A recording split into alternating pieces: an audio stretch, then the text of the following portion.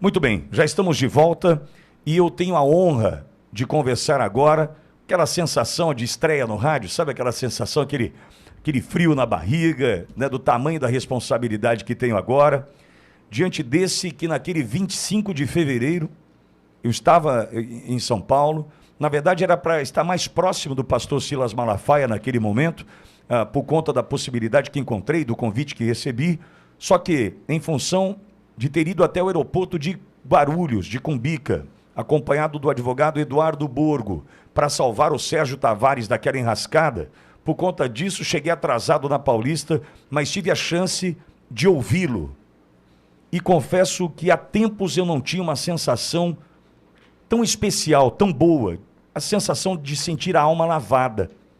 Foi essa a sensação que eu tive, como outros milhões de brasileiros, ao ouvir o pastor Silas Malafaia em cima daquele caminhão, empunhando aquele microfone e despertando uma multidão. Pastor, eu estou com aquela sensação de estreia no rádio, nessa conversa que tenho com o senhor agora. Seja bem-vindo ao Auriverde Brasil, pastor. Bom dia, é um prazer e alegria estar com vocês. Tenho certeza que vai servir de proveito para quem está nos acompanhando aí, com certeza absoluta. Pastor, eu tenho certeza disso. E quero começar a nossa jornada com uma frase que diz, o Charles Spurgeon, ele diz que todo cristão ou é um missionário ou é um impostor. E quando a gente olha para essa frase e vê muitos agora, né, se perguntando, eu não aguento mais isso, mas alguém precisa fazer alguma coisa, é nessa hora que a gente sente falta de soldados bons para essa batalha que nós estamos enfrentando agora. E o senhor fez esse convite naquele momento, tirando muitos de uma zona de conforto, né? E chamando para essa batalha que nós precisamos enfrentar. Não dá para deixar na conta só desse ou daquele. Precisamos de soldados fortalecidos. E o senhor naquele momento teve essa missão cumprida. Qual é a consequência, ou qual foi a consequência daquela fala do senhor naquele 25 de fevereiro, pastor? Bem, deixa eu dizer aqui algumas coisas para vocês.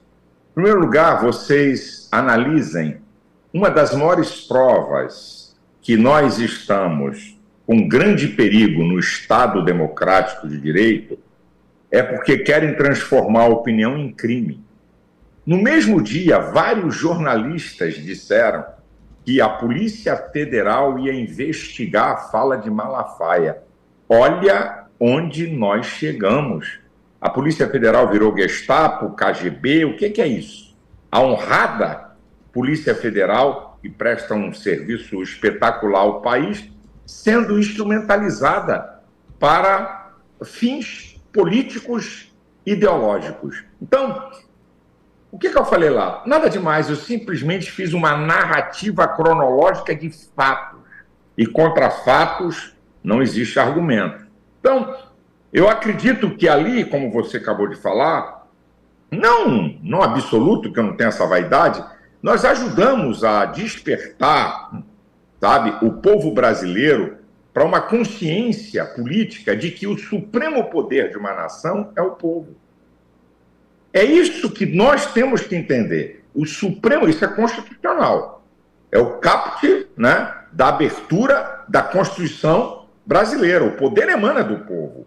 E nós não podemos nos esquecer disso. Eu vou lembrar a vocês que em 2013, por causa de 20 centavos na passagem, sem nenhuma liderança política, o povo foi para a rua, parou o país, e naquela época, eu conheço bem a história, tá? Eduardo Cunha, que presidia a Câmara, já estava tudo armado para tirar o poder do Ministério Público. Estava tudo armado, sem nenhum problema. Eu me lembro que eu recebi representantes do Ministério Público pedindo, pelo amor de Deus, para falar com deputados evangélicos, para não votar na proposta. Quando o povo veio para a rua e houve uma pressão generalizada, eles recuaram e retiraram o projeto de pauta. Então, eu acho o seguinte, minha gente, é igual uma panela de pressão. Vai aumentando a pressão, vai aumentando, igual uma caldeira.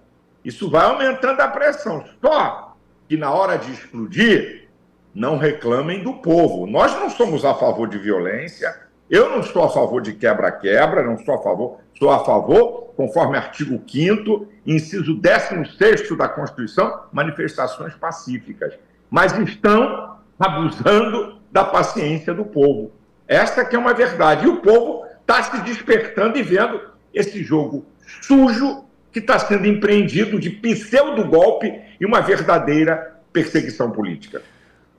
Pastor, já vencemos o medo? Esse povo tem condição hoje psicológica de voltar para a rua ou o que falta para isso, pastor?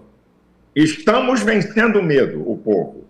Está vencendo. Isso não é de uma hora para outra. Uma notícia que eu te dou aqui é que no dia 21 de abril, em Copacabana, 10 horas da manhã, vamos ter uma outra manifestação gigante, igual aquela na Paulista. Então, isso aí, nós vamos quebrando o medo e conscientizando as pessoas do seu papel de cidadão, de se posicionar contra essas arbitrariedades vergonhosas que nós estamos assistindo.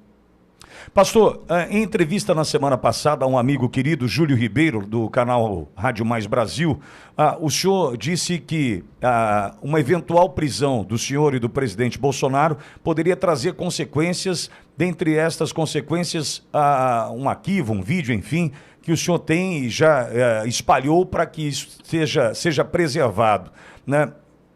Veja que ponto chegamos, né, pastor? A gente precisa hoje trabalhar com isso para garantir o que a Constituição, na verdade, já nos oferece, né, pastor? Olha, primeiro que não existe 1 milímetro de motivo para me prender, para começar a história. Muito menos Bolsonaro. Mas como nós estamos vendo uma arbitrariedade em cima da outra, que não estão nem aí para a Constituição, então o que a gente faz? A gente tem que ser precavido, né? O ser humano inteligente é precavido. Para poder, se fizerem uma covardia, uma maldade, porque tudo é possível, você ter como se defender. Porque qual é a prova que temos? As pessoas que foram presas covardemente, absurdamente, como é que eles se defenderam? A imprensa deu voz a quem? Então, um vídeo, redes sociais hoje, é o canhão. Cada telefone celular é uma editoria de jornal e uma emissora de televisão. Então a gente tem que estar preparado para fazer um contraponto a qualquer covardia, é só isso. Ninguém está falando em golpe, vamos dar um golpe, vamos incentivar o povo a quebrar tudo. Não, eu sou democrata, mas nos posicionar e mostrar ao povo a covardia. É só isso que eu falei. Estamos preparados. Não vai ficar só um lado falando, isso eu te garanto. Que o senhor saiba que isso, de uma forma ou de outra, também nos fortalece aqui e nos encoraja, viu, pastor? Agora, eu queria lhe perguntar, pastor, com relação ao Congresso. Está fazendo a sua parte, não está? A própria bancada evangélica, né? Qual a análise que o senhor faz de um poder que, ao meu ver, está diminuído diante dessa união do Executivo e do Judiciário, pastor? Existem 2 lados para a gente analisar. Primeiro, o lado do Senado. Lamentavelmente, nós temos na presidência do Senado até aqui um frouxo, covarde e omisso que está comandando o Senado. E ele senta em cima de qualquer processo. Se isso aqui tem um Senado forte, independente, eu estou falando do senhor Rodrigo Pacheco, tinha que ter uma profunda investigação nessa farsa de inquérito de pseudogolpe. Uma profunda investigação do Senado. E se isso acontece, amigo, Alexandre de Moraes ganha impeachment. Que é uma vergonha o que esse cara está fazendo, ao arrepio da Constituição, de lei eleitoral. Então, isso aqui tem um lado do Senado, é o primeiro. O Senado é que tem o poder contra o STF. Agora, vamos para a Câmara de Deputados. Também o senhor Arthur Lira se cala, porque ele é que tem o poder de comandar. Por exemplo, Daniel Silveira está preso por quê? Crime de opinião. Alexandre de Moraes instituiu no Brasil crime de opinião. Crime de opinião é para ditaduras. Esse cara está preso por quê? Porque mandou matar alguém? Porque roubou? Não, por opinião. O cara está preso. E quem é o responsável por essa palhaçada e essa safadeza? O presidente da Câmara. Não estou aqui isentando os outros deputados. Lamento, e tenho que dizer, que tem deputados evangélicos calados, omissos, covardes, vendidos para governo, tá? Sabe qual é a coisa mais triste na política brasileira, meu amigo? É ver uma direita, escute isso aqui, a direita, o centro-direita, é maioria na Câmara e no Senado. E por que não se impõe? Porque estão comprados por cargos no governo. Porque são vendilhões da pátria. Porque se fosse uma direita séria, eles estavam ferrados. Essa que é a verdade. Olha o que aconteceu com a Assembleia Legislativa do Espírito Santo. De março, mandou prender lá o capitão Assunção e a Assembleia votou. O presidente da Assembleia Legislativa, que eu não tenho nem o nome dele aqui, o cara é macho. E a Assembleia Legislativa disse, não, nós não concordamos e acabou. Isso que faltou ao senhor Arthur Lira e aos deputados na Câmara dos Deputados. É isso que faltou lá. O que o cara na Assembleia Legislativa fez no Espírito Santo pela covardia de também crime de opinião. Então, lamentavelmente, o Congresso Nacional se omite, se cala e permite essas arbitrariedades de Alexandre de Moraes. Aliás, pastor, ontem saiu uma informação do Ottoni de Paula do Rio de Janeiro dizendo que houve pressão do Supremo na votação do relatório que dava manutenção à prisão do Daniel Silveira. Aí depois, na mesma notícia, o deputado diz, olha, mas eu não consigo me lembrar quem pressionou. Eu não consigo entender essa história de não se lembrar quem pressionou, né? Como é que não se lembra de um algoz? Eu queria tentar entender. Eu entendo que é fragil... Pois não, pastor. O camarada quer produzir um fato político e, ao mesmo tempo, se acovarda. Exato. Quem não sabe que tomaram pressão? Quem não sabe disso? Não sabe que tomaram pressão. E por que ele vem com essa conversa agora? Por que não falou isso na época?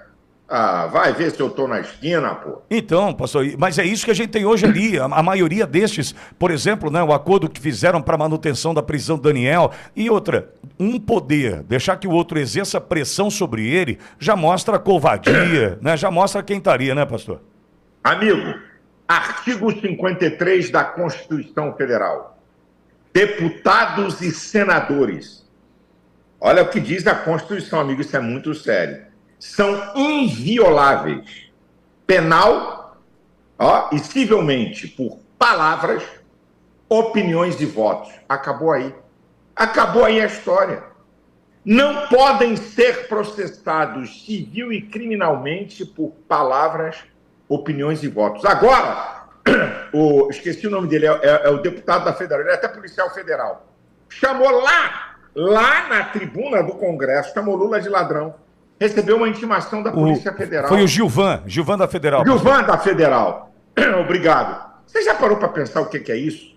Um deputado federal no Congresso Nacional fala e recebe uma intimação da Polícia Federal. Então, gente, que país é esse? Que democracia é essa? E que covardia é essa do Congresso Nacional?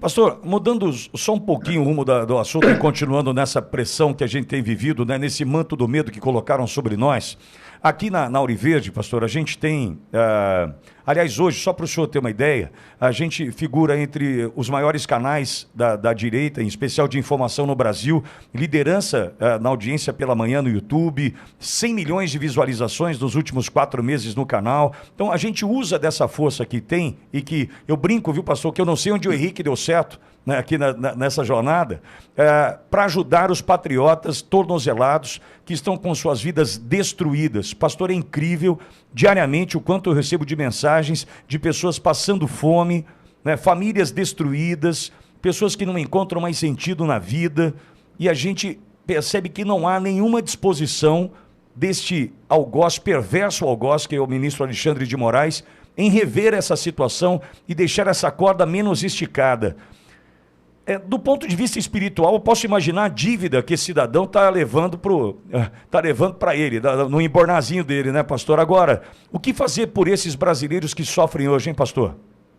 Deixa eu falar para você, o Clezão era membro da minha igreja em Brasília. O Clezão era um pequeno comerciante que foi ver a bagunça lá. Foi preso. Prova que essa gente que está presa quebrou o quê? Cadê os vídeos que estão em poder do governo que não foram liberados? Cadê? Cadê Alexandre de Moraes? Os vídeos? Cadê as provas contra essas pessoas? Não tem nenhuma. Isso é uma vergonha, amigo. A Constituição, no artigo 5º, inciso 55, fala do duplo grau de jurisdição. Isso é, o direito que as pessoas têm de recorrer às instâncias. Essas pessoas não tiveram direito. E golpe? Golpe sem poder de armas? Existe, é balela, é perseguição política. E, lamentavelmente, nós estamos vendo, a gente ajuda um, ajuda outro, mas existem, como você falou, várias pessoas, e essas pessoas acho que deviam formar, não sei, um grupo na internet, né? Um grupo no Instagram, para mostrar o que está acontecendo da parte deles, para o povo ajudar, para ter consciência dessa que é uma das maiores covardias. Eu digo uma coisa, amigo, a justiça dos homens pode falhar, a de Deus não falha. Eu creio na Bíblia, e por isso eu sou cristão. Lá diz que os juízos do Senhor são verdadeiros e justos juntamente. Salmo 19, versículo 9. Eu creio nisso. Vai chegar a hora dele.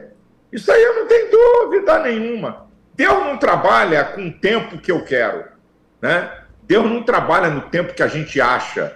Deus é um ser que vive na eternidade. Ele não vive no tempo, ele é atemporal. E ele interfere no tempo a hora que ele quer. Então, vai chegar a hora desse camarada pagar essa conta. Ou Deus vai usar o povo, que o povo é o supremo poder, para ele pagar a conta, ou uma ação direta divina sobre ele. Dar duas umas, mas vai chegar a hora dele. Pastor, agora, eu disse isso já aqui na rádio hoje, diante de um vídeo do Alexandre de Moraes sendo vaiado num evento dentro da Câmara Distrital em Brasília, e disse que, entrevistando um procurador de justiça do Estado de São Paulo aqui nesse programa, eu perguntei, mas procurador, promotor, até quando isso vai, doutor? Né? Esses avanços, esses arroubos, esse desrespeito à nossa Constituição. E ele foi muito claro, pastor, ele disse, Pittoli, eles vão até, enquanto eles encontrarem aplausos, eles vão em frente. E ontem, nesse evento na Câmara Distrital em Brasília, surpreendentemente, embora algumas vaias, muita gente aplaudindo Alexandre de Moraes. E esse que está aplaudindo essas barbáries, pastor, o que pode cair na conta desse, hein? O negócio é o seguinte, esses auditórios controlados é uma coisa muito interessante, não é? Você acha que ele vai para um lugar desse sem saber como é que é e quem é que está lá e quem é que bota a gente lá? Amigo, auditório controlado, eu quero ver ele num auditório sem controle. Aí eu quero ver ele para ver a vaia que vai tomar, a esculhambação que vai passar. É mole, auditório controlado é mole, é igual Lula. Lula só vai onde tem auditório controlado. É Bolsonaro que vai de peito aberto em qualquer lugar, porque não tem medo, porque não deve. Quem deve tem que ter auditório controlado. Essa que é a verdade absolutíssima. Pastor, e quem é, na vida do senhor, o presidente Bolsonaro? Como criou-se essa aproximação, essa sinergia, a ponto de a gente assistir o que a gente assistiu na Avenida Paulista, pastor? Eu sou amigo de Bolsonaro desde a época que eu participava de audiência pública, 2006, no Congresso Nacional, e ele era deputado, e a gente fazia dobradinha em discussões sobre aborto, casamento gay, adoção de filhos. Depois disso, a Michele frequentava a nossa igreja na Barra da Tijuca. Eu tenho uma igreja na Barra, aqui no Rio, e ela frequentava a igreja, e ele ia, quando eu de vez em quando ia lá pregar, ele também ia me assistir, e ele não era casado com a Michele, vivia maritalmente, e eu dei uma dura nele, disse, cara, tem que casar com essa mulher, rapaz, tem filho, como é que é essa história? Aí ele falou, você faz meu casamento?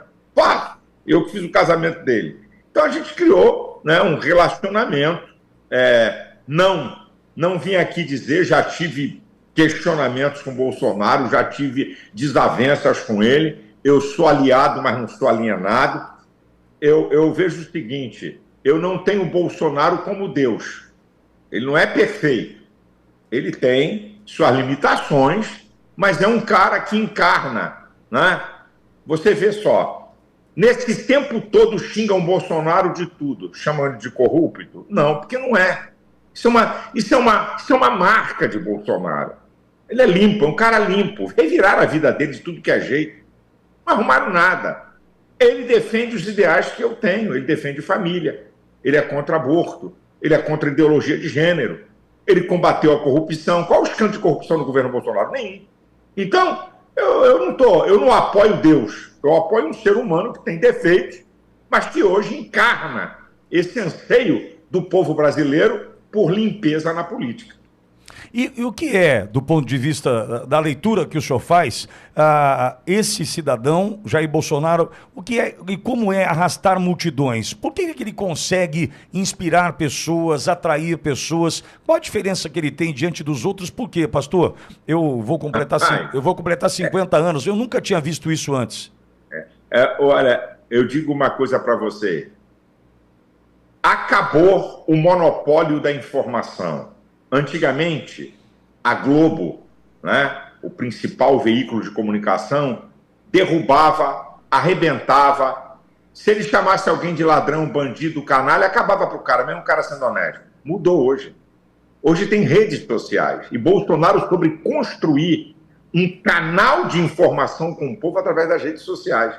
É brincadeira um cara ter mais de 25 milhões de pessoas no Instagram, só no Instagram. Isso não é brincadeira. Então, ele construiu um canal de comunicação com o povo. A imprensa pode falar o que quer, mas ele fala com o povo. E outra, o povo está vendo. Bolsonaro está sendo acusado de roubo, de corrupção. Não. O povo está perseguindo, percebendo. Diversas vezes você vem a público mostrando toda essa safadeza, toda essa molecagem, toda essa perseguição política e vê que não tem consistência. E outra, esses caras são tão algozes que eles passam do limite. Quer dar uma testada de imbecil ao povo. Então, é demais a perseguição. É demais, entendeu? Passa do limite normal de você fazer oposição a alguém. E aí, meu amigo, o cara fez 4 anos de um governo limpo, certo? O povo sabe. E aí, o cara é do povo. Outra, você sabia que gabinete, isso vale até para pastor, amigo. O gabinete, o poder, faz com que você perca o feeling das pessoas. Se você não tiver contato com as pessoas, você fica à mercê de uma cúpula ou de meia dúzia. Aqui é que está o segredo de Bolsonaro. Eu também sou pastor, não de gabinete. Eu dou atendimento pastoral, acabo o culto, eu fico meia hora no púlpito para apertar a mão de pessoas. Porque se você perder o feeling do que o povo está sentindo, você pensa que você é o cara mordido pela mosca azul. Aí fica soberbo, perde a noção do que está acontecendo e vai fazer bobagem. Essa que é a questão. Fica rodeado de bajulador e perde a noção do tato com o povo. Então, Bolsonaro, ele não perdeu como presidente da República, e depois, quando saiu da presidência, ele não perdeu o contato do tete a tete com o povo. E aí está a prova que o povo está vendo a safadeza que estão fazendo com ele e a perseguição política monumental. Porque se o povo tivesse a consciência que ele estava errado, ninguém estava atrás dele. Manda Lula vir para a rua. Por que não vem?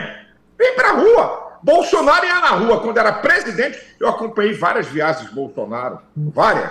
Era uma loucura de gente. E agora está aí ele de novo na rua. Está aí a prova. Essa é uma prova de que o povo tem percepção. O povo pode não ter coragem. O povo brasileiro é pacífico, sabe? De romper, de todo mundo para a rua, numa mesma hora. Mas o povo está percebendo o jogo. E como eu disse no início aqui, a pressão está aumentando. Pastor, no início do Foro de São Paulo, do evento Foro de São Paulo, ano passado, Lula fez uma fala que despertou em muitos uma sensação provavelmente nova de que, será que eu sou de direita então? Porque ele disse na abertura daquele evento que ele sempre lutou contra a família e contra a pátria, pastor. E aí, no dia seguinte, aqui na rádio, eu disse, será que você percebeu o que ele disse? Você luta contra a família? Não. Você defende a sua? Lula luta contra a família. Você defende os valores da pátria? Sim. Lula luta contra tudo isso. Pastor, qual é a importância da família, da célula familiar hoje, para a gente romper essa bolha e vencer essa batalha? Por que eu digo isso? o objetivo destes é destruir a família a partir da escola, das crianças, né, que estão recebendo livros pornôs na sala de aula, enfim. Qual a importância da família nessa hora para a gente virar esse jogo, pastor? Deixa eu te falar, eu vou repetir a fala de Lula. Aquilo que historicamente aprendemos a combater: costumes, família e pátria. Costumes, sabe o que é? É você ser contra o aborto e eles serem a favor. É você ser contra a ideologia de gênero e eles serem a favor. E a família, você tem que entender a ideologia. Presta atenção. O marxismo cultural entendeu que não adiantava querer se impor nas nações através da arma. O comunismo é a revolução mais sangrenta da história do mundo, mataram mais de 100 milhões de pessoas. Eles achavam que pelo poder da arma iam conquistar nações. Aí veio Gramsci e outros, Escola de Frankfurt, e disseram não. Nós temos que conquistar pela cultura. Aí o que eles analisaram? Qual é o maior reduto de autoridade na civilização humana e para o ser humano? A família. A família é o maior reduto de autoridade, a célula máter da sociedade, onde o ser humano primeiro se desenvolve, porque o ser humano é essencialmente social e precisa das relações sociais para se desenvolver. Então, qual é o jogo? Vamos destruir a família. Destruindo a família, nós fazemos uma sociedade de informes, para ser manipulada por uma elite política. Uma sociedade sem rumo e sem direção. Então isso não é uma coisa de graça, isso é ideológico. Destrói a família, o homem, a mulher e sua prole, cria-se uma sociedade de informes, de gente que não sabe para onde vai, para ser manipulada por uma elite política. Por quê? Porque não tem a casa, não tem a figura do pai e da mãe para orientar. E eles, lógico, querem educar os nossos filhos. A educação, segundo a Constituição, pertence aos pais. Eles não querem ensinar matemática, biologia, história, física, química. Eles querem controlar as pessoas. Destrói a família, usa a escola para controlar essa massa que não tem referência de família para se perpetuar o poder. É um jogo ideológico, meu amigo. E quando se faz isso, as consequências em outras áreas são terríveis. Olha o que acontece. Depressão, jovens e adolescentes mergulhados em drogas, em bebida, em depravação moral. Tudo isso é uma consequência da destruição dessa célula principal da sociedade. Quem criou foi Deus, para o bem-estar do ser humano. Pastor, e ao mesmo tempo afasta bons da política, não é? Porque a gente percebe a necessidade de tentar atrair para a disputa de cargos pessoas do bem, pessoas corretas, pessoas que estão dispostas a lutar por um Brasil melhor e não simplesmente dizer alguém precisa fazer alguma coisa. Essa lógica criada pela esquerda, pelo marxismo cultural também afastou bons da política, né, pastor? Porque as pessoas acabam, né, se deixando levar. Não tem jeito. Não adianta, não resolve. Olha a Lava Jato, agora o Moro está sendo condenado para perder mandato. Aí o cara que lutou contra todo esse jogo corrupto que varreu a história política do país. Então, as pessoas ficam desestimuladas. Mas eu estou observando uma outra coisa, amigo. É que tem muita gente hoje, e a prova é o PL, o maior partido do Congresso Nacional. Tem muita gente hoje que não é aquela direita da conveniência. Eu sou direita, tá? Mas não tenho compromisso com nada, sabe? Não, hoje, amigo, tem uma direita verdadeira. Tem um centro que não é nada, é híbrido. Mas tem uma direita verdadeira que a cada eleição está crescendo. Em 2026 vai ser muito maior ainda. Então, eu não desisti e pode ter certeza que muita gente também não desistiu, não. Pastor, e aí qual é o papel da igreja nesse momento? Como a igreja pode ajudar? Independentemente da denominação, qual é o papel? Eu acredito numa coisa. eu posso falar de qualquer assunto que está na Bíblia. A Bíblia é um livro fantástico. Ela me apresenta o ser humano como um ser biológico, sociológico, psicológico e espiritual. O apóstolo Paulo, em Romanos 13:7, fala de cidadania. A quem tributo, tributo, a quem imposto, imposto. Jesus, em Mateus 22:21, diz: dai a César o que é de César, dai a Deus o que é de Deus. Está falando da cidadania terrena e da cidadania celestial. Então, a igreja não é para dar, no púlpito da igreja, dizer que tem que apoiar o partido A, B ou C. Não, nada disso. Mas o pastor, ele é obrigado a mostrar quem é, como Jesus falou, quem não é contra nós é por nós. Quem falou isso foi Cristo. Então, aqui, ó quem é contra nós e quem é por nós. Olha quem defende ideologias que estão contra nossos princípios. E quem é que defende ideologias que são a favor de nossos princípios. Eu, durante 4 anos, falo na igreja sobre o papel de cidadania e lamento que a culpa não é do povo.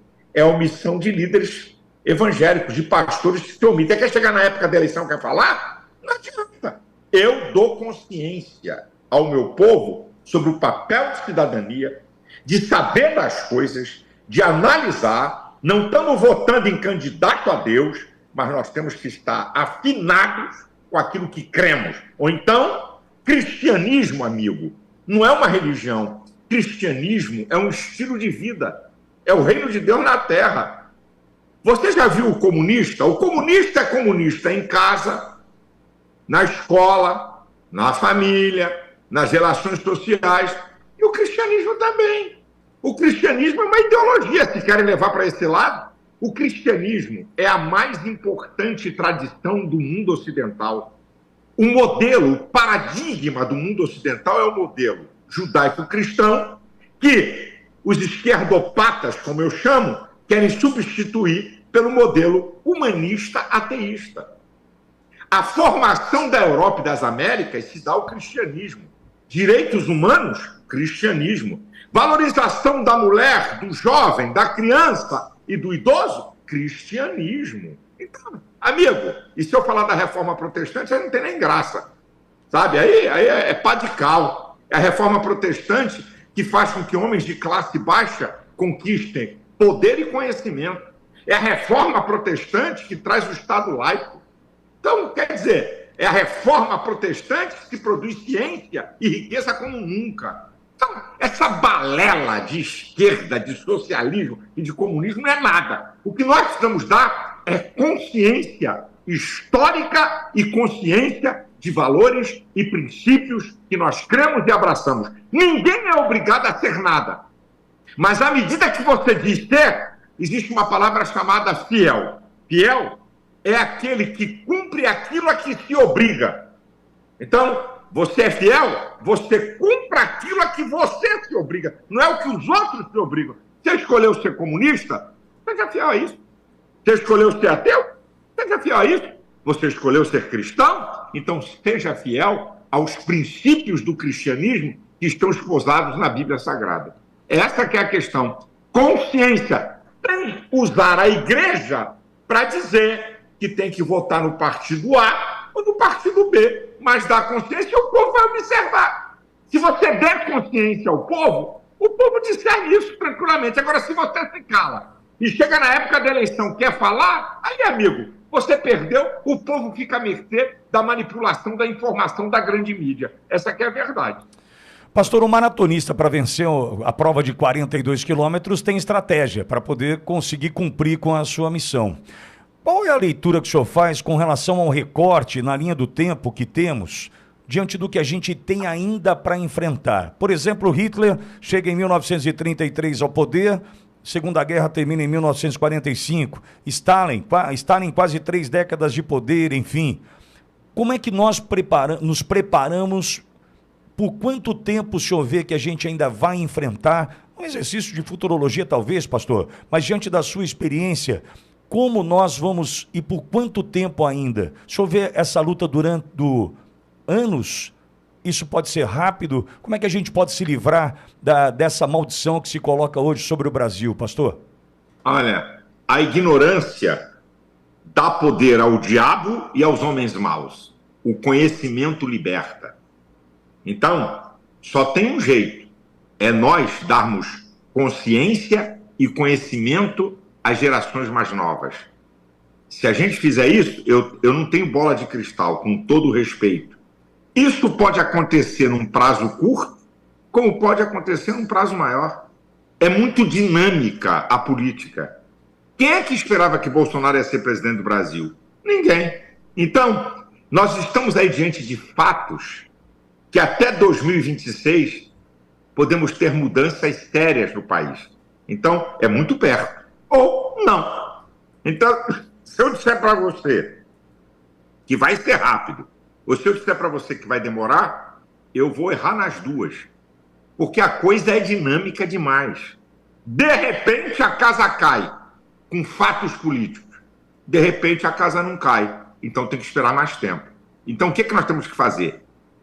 Conhecimento, consciência, ensinar, falar, usar como vocês um instrumento de rádio poderoso para dar consciência ao povo. É assim que a gente faz. Não tem outro mecanismo, não tem outra forma. Vai por mim.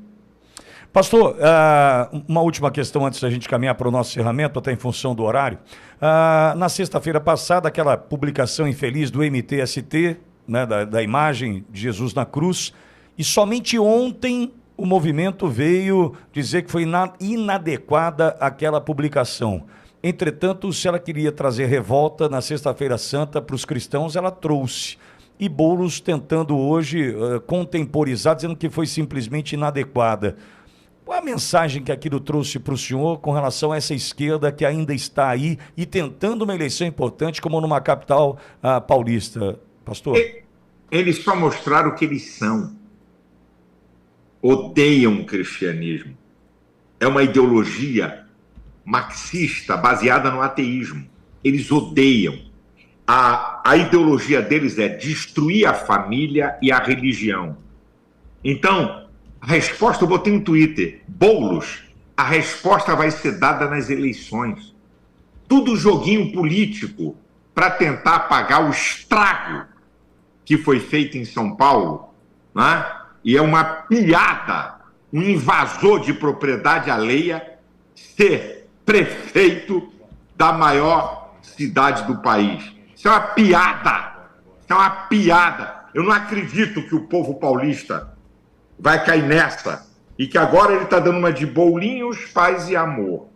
Quando não tem nada disso, o partido dele, o PSOL, é defensor de aborto, é defensor de ideologia de gênero, e se você está num partido é porque você acredita nisso.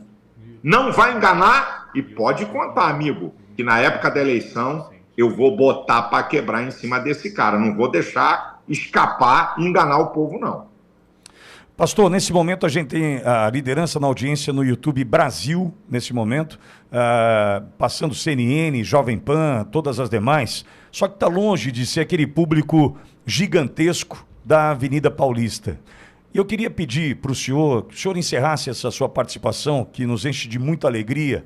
É só dar uma olhada no chat para entender o que representa essa participação do senhor aqui conosco. Queria que o senhor trouxesse uma mensagem para quem nos ouve agora, né? Para aquele que foi até a Avenida Paulista, para aquele que mesmo longe ouviu a sua mensagem, se inspirou ali, sentiu a sua alma lavada a partir da sua coragem, pastor. Eu queria que o senhor trouxesse uma mensagem para a nossa audiência, para a gente encerrar assim a nossa conversa, pastor. Bem, eu vou falar em dois prismas. Primeiro, não desista. Não desista da sua cidadania. Exerça a sua cidadania. Porque se você desistir, os maus não desistem. Mantenha o foco. Veja bem quem você vai votar. Se é um pseudo cara que está se encostando na direita, mas o histórico dele mostra que não é, ou se é um cara raiz, de verdade, cujos valores e princípios são iguais aos seus. Divulgue. Fale na sua família. Todo ser humano tem uma influência. Ah, pastor, eu tenho 10 pessoas no meu Instagram. Caramba, tu tem 10? Então você é uma pessoa de influência. Deixa eu dizer uma coisa. Todo ser humano foi chamado para liderar uma área da vida, até a dona de casa, o operário. Exerça essa liderança. Como é que você exerce essa liderança? É mandando os outros? Não. É você comunicando suas crenças, seus valores e seus princípios. Fale. Você tem 10 pessoas no Instagram? Você é uma pessoa de influência. Fale. Mostre. Diga. Abre os olhos das pessoas da sua casa, do seu trabalho. Alguém pode debochar. Conhece o ditado? Água mole em pedra dura, tanto bate que até fura. Isso a gente tem que aprender com esses comunistas e esses esquerdopatas. Eles são pacientes. Eles sabem esperar e não desistem. Então vamos fazer a mesma coisa. Nós estamos do lado da verdade, do lado do equilíbrio. Não desista. Influencie. Esse é o primeiro lado. E eu, como sou um pastor, quero terminar desejando a bênção de Deus sobre a sua vida e a tua casa e a tua família. Amém. Em nome de Jesus. Eu não sei quem é você, não sei se você está atravessando uma crise, uma doença, uma enfermidade, um mal. Eu declaro a bênção e a sua vitória em nome de Jesus. Que Deus abençoe a todos. Que Deus abençoe você, meu amigo. Continue aqui como um farol para brilhar no meio de tanta escuridão. Deus abençoe a todos.